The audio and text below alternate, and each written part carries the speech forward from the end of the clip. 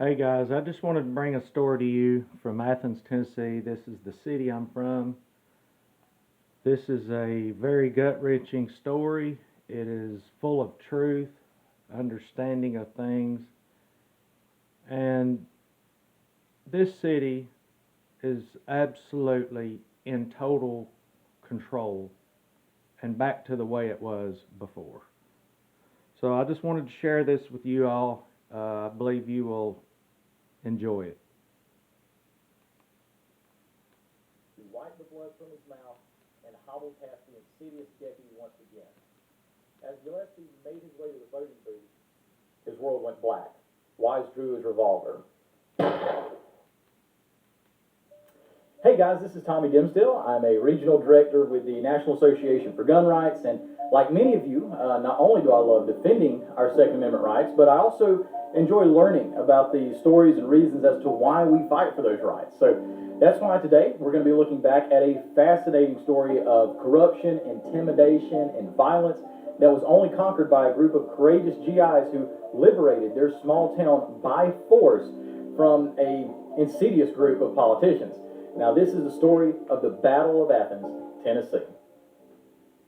Our tale begins in 1936, where we're introduced to our story's villain, Mr. Edward Hall Crump.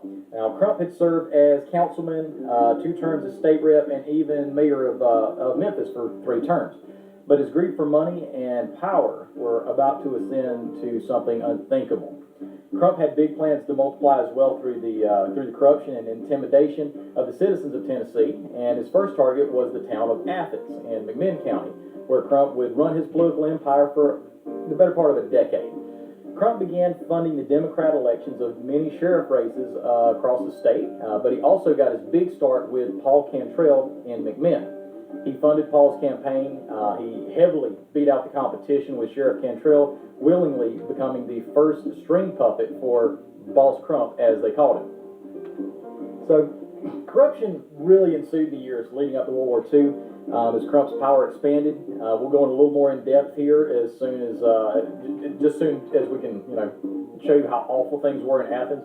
But first, let me set some context to this story. So, after 2 successful election cycles, Paul Cantrell decided to run for Senate, and Pat Mansfield was installed in his place as sheriff to keep towing the line for Boss Crump in 1940.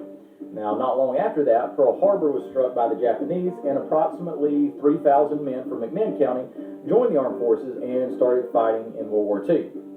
So this led to quite an advantage for Crump, Cantrell, and Mansfield, as their deputies would come under much less resistance when bullying the townspeople.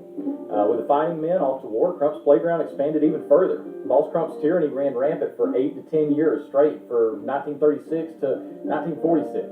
The last 3 years saw the most abuse and corruption, which left many townspeople whispering in very hushed tones, "Just wait till our boys get back."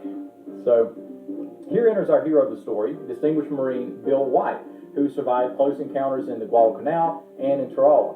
While he and other young men served their country valiantly, most of, not if not all, were unaware of what was going on at home. Bill White, he had been training young Marines on Parris Island. He was readying them for the assault on Japan when he heard of his grandfather's passing. White got his first taste that something was amiss when coming back home to attend his grandfather's funeral when he stopped into a gas station.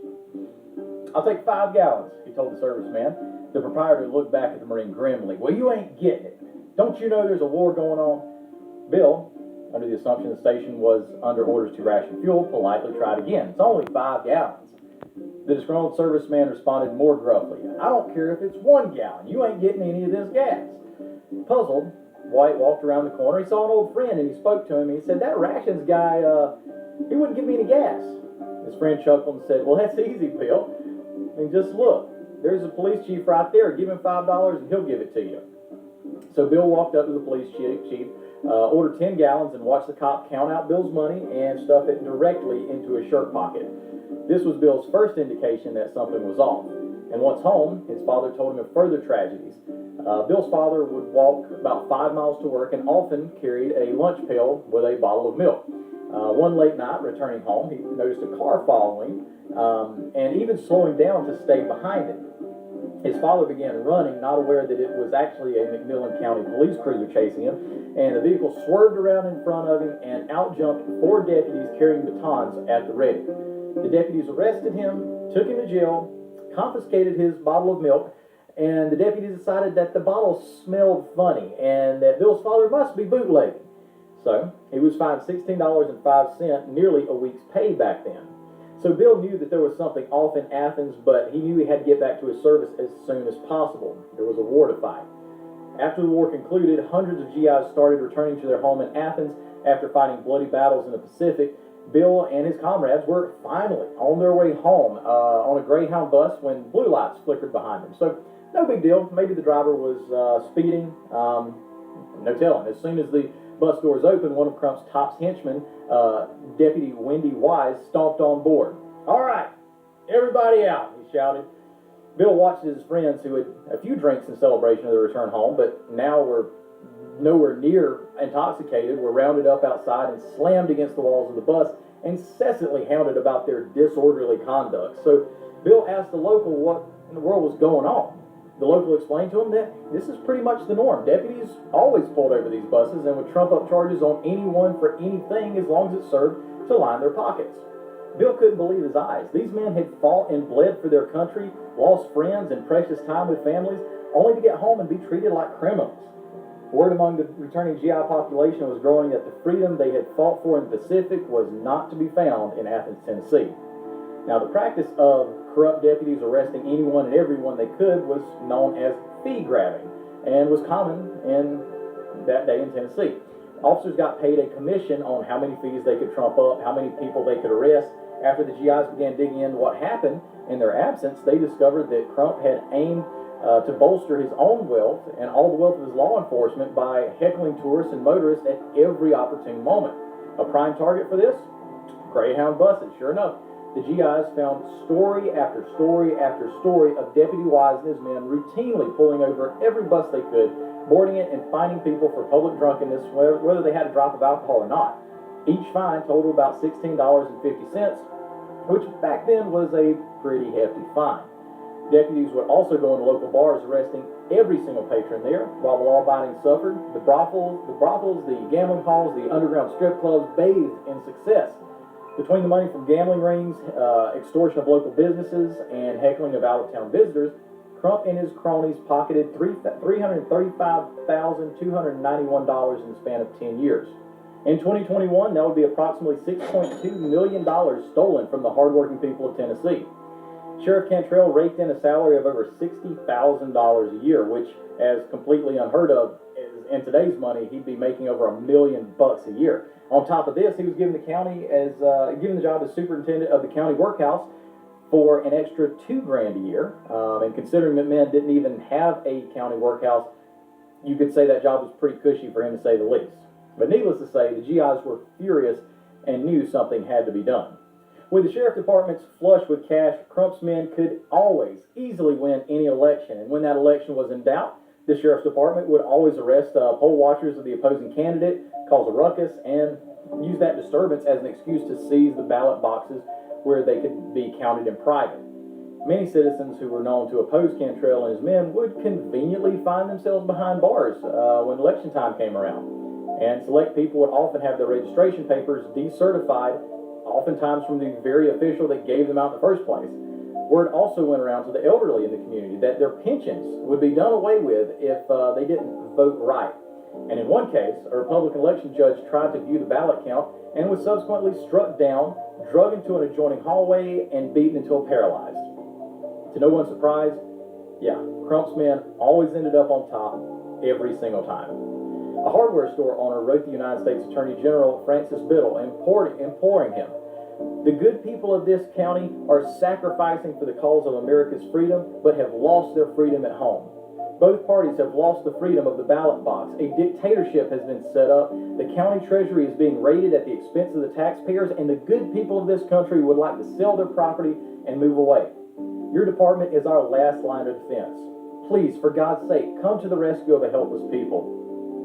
A minister wrote to Biddle, talking about the ruthless exploitation at the hands of unscrupulous men who sacrifice public liberties for the sake of private gain.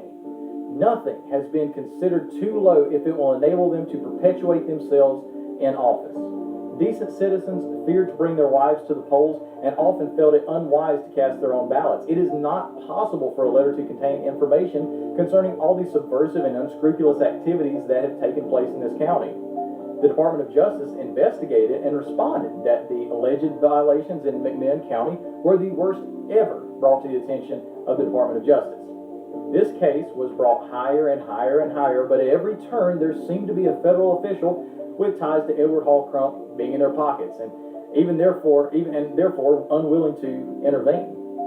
So the federal government is useless at this point, and the people of Athens, Tennessee, continue to suffer under the dictatorship of Boss Crump.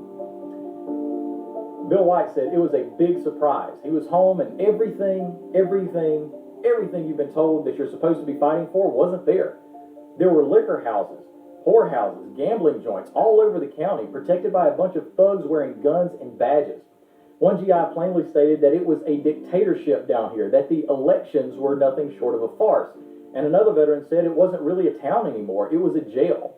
Another GI deplored the deputies, who were nothing but a lot of swaggering, strutting stormtroopers, drunk most of the time, beating up our citizens for the slightest reason. Yet another observed that if you were on the right team, you could get away with anything. If you were on the wrong team, you couldn't get away with anything at all. Something was brewing in Athens. They knew it. And one of the soldiers told historians later that we just got plain tired of being pushed around by a bunch of thugs.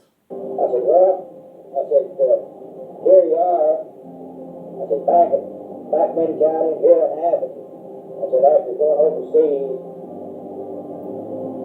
staying 3 or 4 years over our fight to be prosperous, I said, a lot of you died, a lot of you wounded. And I said, you survived, you came back. And I said, you thought that you had some freedom in this country, but I said, you come back and said you didn't have no freedom at all. In late September 1944, a tragedy would play out that would see a resistance mounting against Crump and his Democrat-funded machine. GI Earl Ford was just returning back to the States, enjoying his first night on leave in a very long time. He and a friend went out for drinks and some relaxation, and from the dark corners of the dimly lit bar sat Deputy Minus Wilburn. Now, Wilburn had seen much success from harassing vets since they began returning home. They always had money, and they carried it with them. Wilburn prepared for his misdeed by quickly deputizing local hellions Clyde Davis and George Sperling, both of them who had seen ample jail time. While GI Earl Ford was walking to his car, Deputy Wilburn and his new henchman attacked Wilburn's newest deputy, George Sperling, clubbed Ford from behind and continued beating him to the ground, bloodied and dazed. Ford sat up on his knees with his hands in the air, showing no resistance. Fortunately, Sperling drew his gun and shouted, "Don't move or I'll blow you in two." Ford complied, but Sperling was annoyed the GI wasn't fighting back, and in his frustration, George Sperling pulled the trigger, sending a .38 caliber bullet through Ford's chest, killing him. Of course, the next day, Deputy Wilburn took to the media to defend the situation, saying that his deputies were honorably acting to dispatch a group of ruffian sailors that Ford had attacked Sperling in the incident, and claimed that he had to pull Ford off of Sperling's back. Deputy Wilburn planted a knife under the body of Ford, claiming he was armed. However, a cattle rancher from South Carolina was the first on the scene after the murder and testified that he never saw a weapon. In fact, Ford was wearing a sailor's uniform that had no pockets at all and therefore nowhere to conceal a weapon. The townspeople knew that what had really happened, though. There was no doubt that a young GI had been murdered in cold blood that night, and the corrupt local officials were easily covering their tracks, and there was no law enforcement to punish them. It was time the corrupt paid for their crimes, and Bill White would be the one to lead that charge to do it. The GIs began organizing their own ticket called the Ex-Serviceman's Cleanup Ticket for McMinn County. They were going to run 5 county-wide ballots, but the center of the attention, of course, was on the sheriff's race. Paul Cantrell had stepped down from his Senate role to run as sheriff again, and the GIs ran Knox Henry, a veteran of the North African campaign, to finally wrestle power from the Crump Empire. So as news spread of the plan to thwart Crump and his cronies, GIs began receiving threats to their families. On the eve of the campaign rally on July 3rd, Bill White was awoken from his sleep by his phone ringing well past midnight. Bill answered the phone, and at first there was no response but breathing on the other end. Frustrated, Bill began to cuss the caller when he was interrupted, saying, "You sure do have a nice family on that farm out there. It'd be a shame if something were to happen to them. Stay away from tomorrow's rally if you know what's good for you." Bill stood in stunned silence as the line went dead. He knew this was about the campaign, and this meant that they had to win. The next few weeks were brutal. Volunteers were harassed, arrested, further threats were made, and nasty mailers were sent out everywhere, slandering the GI's attempts to right the wrong of Crump's democratic monopoly of power. Crump and Cantrell knew if they didn't rout this effort by any means necessary, they would end up losing all of their authority. So, they resorted to their old tactics again. Bill White saw the writing on the wall and knew what was coming. He told his fellow GIs, he said, "Listen, do you think they're going to let you win this election? Those people have been taking these elections for years with a bunch of armed thugs. If you never got the guts enough to stand up and fight fire with fire, you ain't going to win." Bill White had had enough of seeing his friends die overseas just to come home to be met with some of the same dictatorship he fought against in the Pacific. The time for diplomacy was waning to an end. So, August 1st, 1946, Election Day. And it didn't take long for things to pop off. By 9:30 a.m., Walter Ellis, a legally appointed GI poll watcher, was arrested and hauled off for questioning irregularities in the voting ballots. This repeated itself throughout the day as anybody who wasn't on Cantrell's side was forcibly removed from polling places.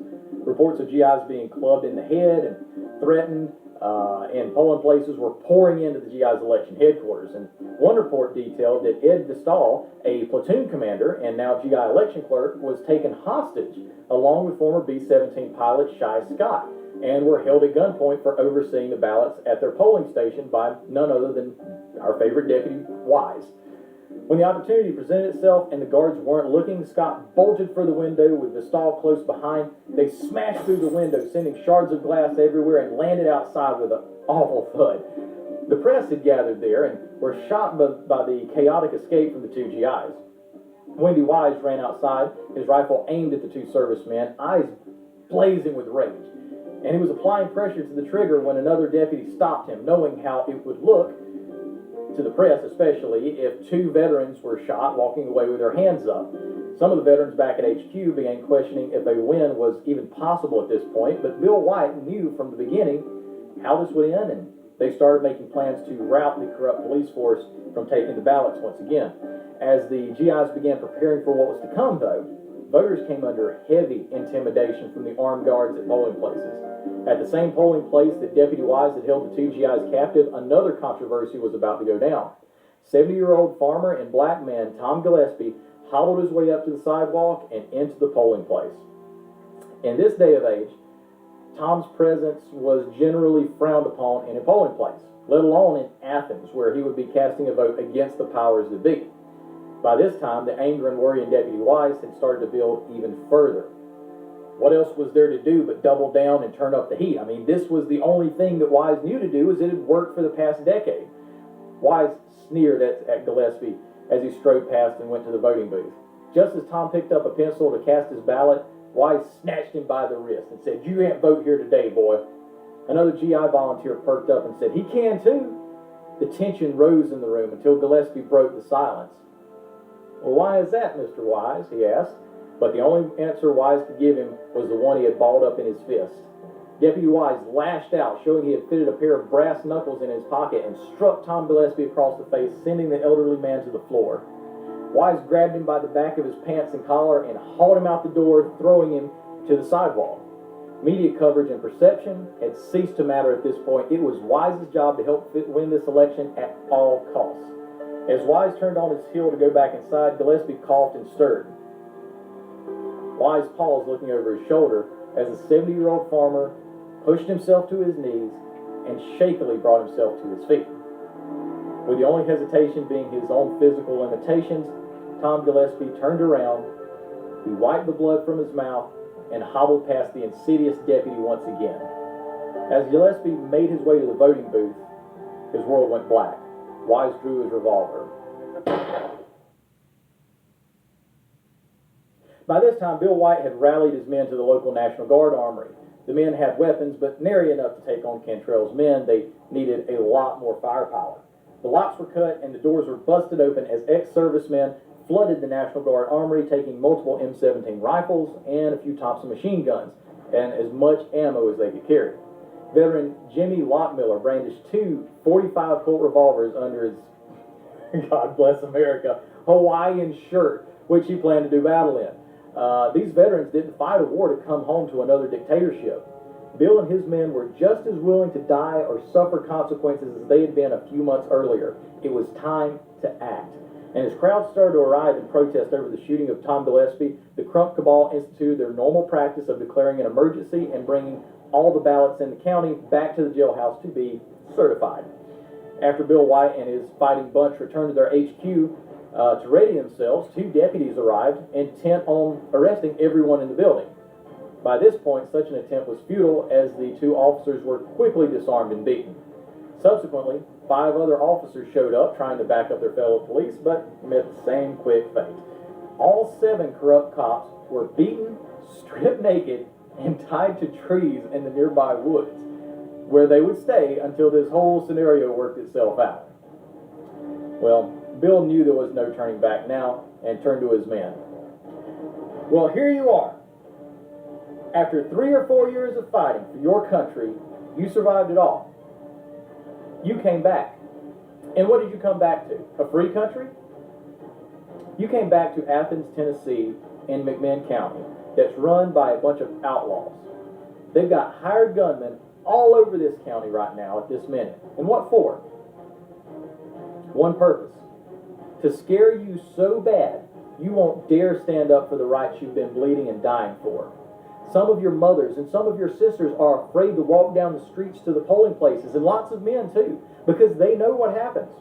A car drives by in the night and shoots out your windows. If that doesn't scare you enough, they'll set fire to your house or your barn. They'll beat up members of your family and put them in jail for no reason.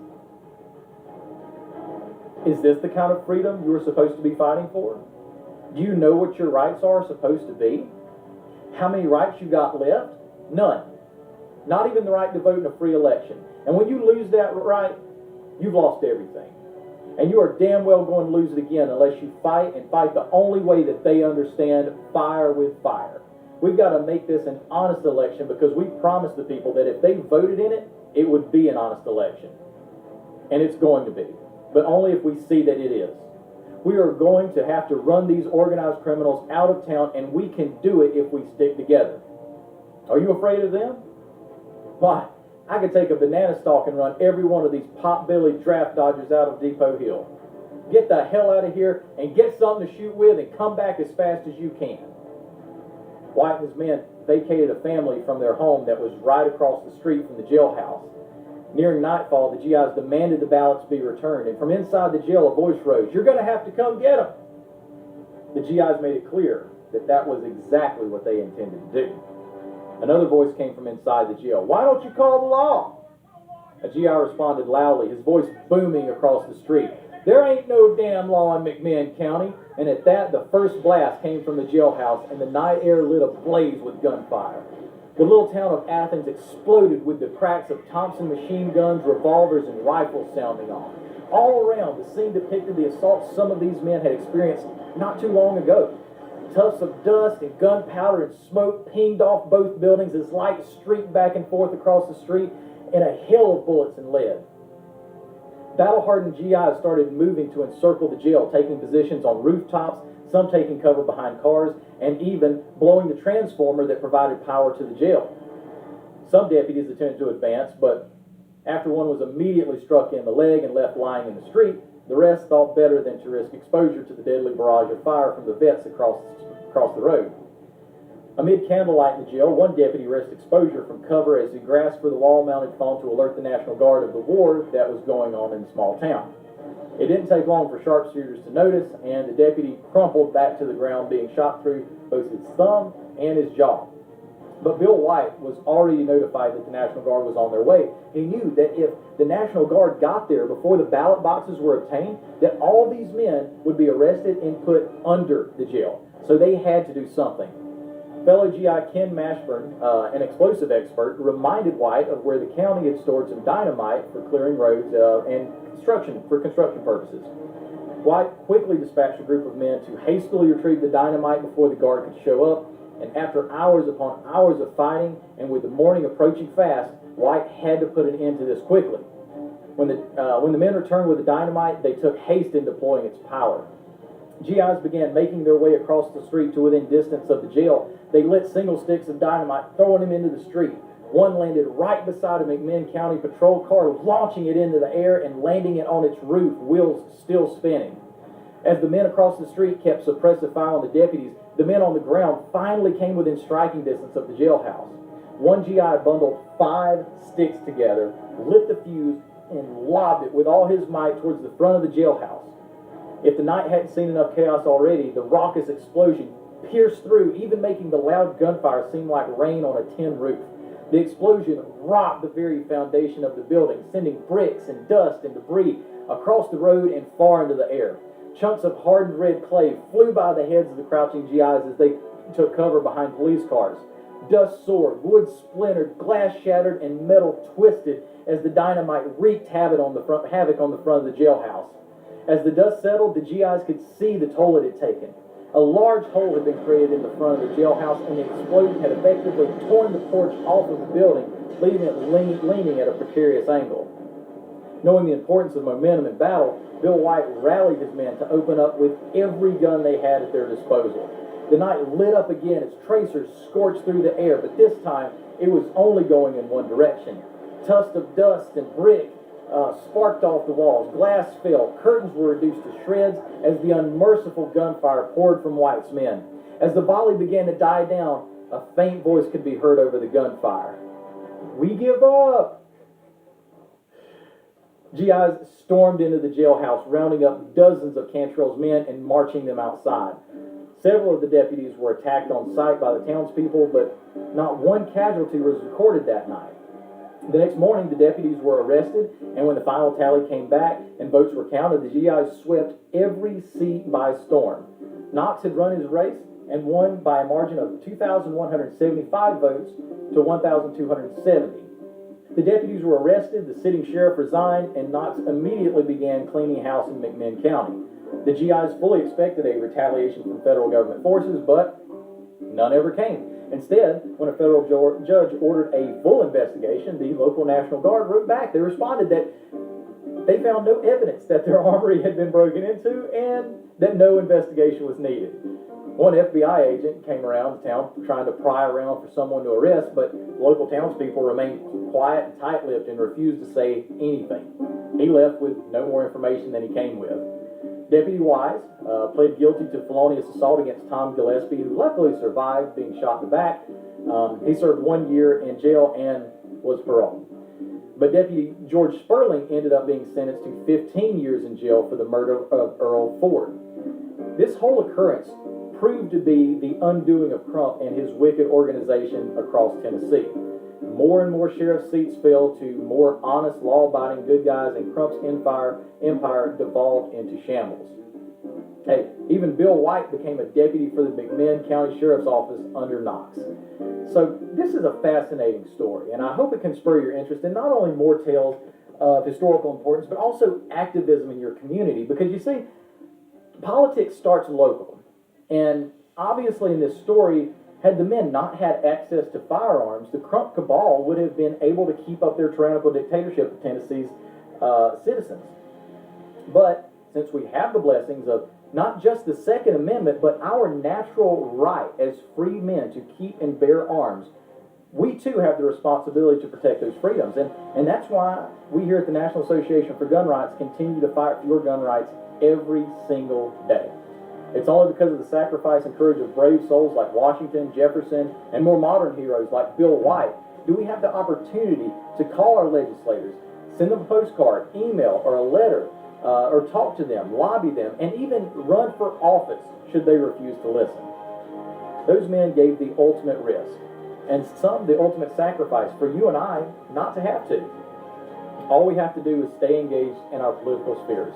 So when the National Association of Gun Rights sends out a call to action, to you, whether that be calling your elected official, tearing off and sending out those postcards we sometimes send out to you, or simply donating so we have the means to continue lobbying on your behalf, I ask that you do it. Far more sacrifice, blood, and loss has been spent for us to enjoy the simplicity of activism. We don't have to face down bullets on a battlefield. That cost has already been paid. So in honor of the sacrifice that these men have laid down, please join the National Association for Gun Rights, run for office, or even organize your own group to advocate against corrupt and anti-liberty politicians at every opportunity. You've been given the most extraordinary opportunities to make a change in your country, state, and county, and all at the cost of human lives. Will you take up that call to action? Once again, my name is Tommy Dimsdale with the National Association for Gun Rights. God bless you, your family, and this country we love so dear, America. All right, guys. Leave your comments down below. Tell me what you think, and hope everyone stays safe. Thanks for stopping by.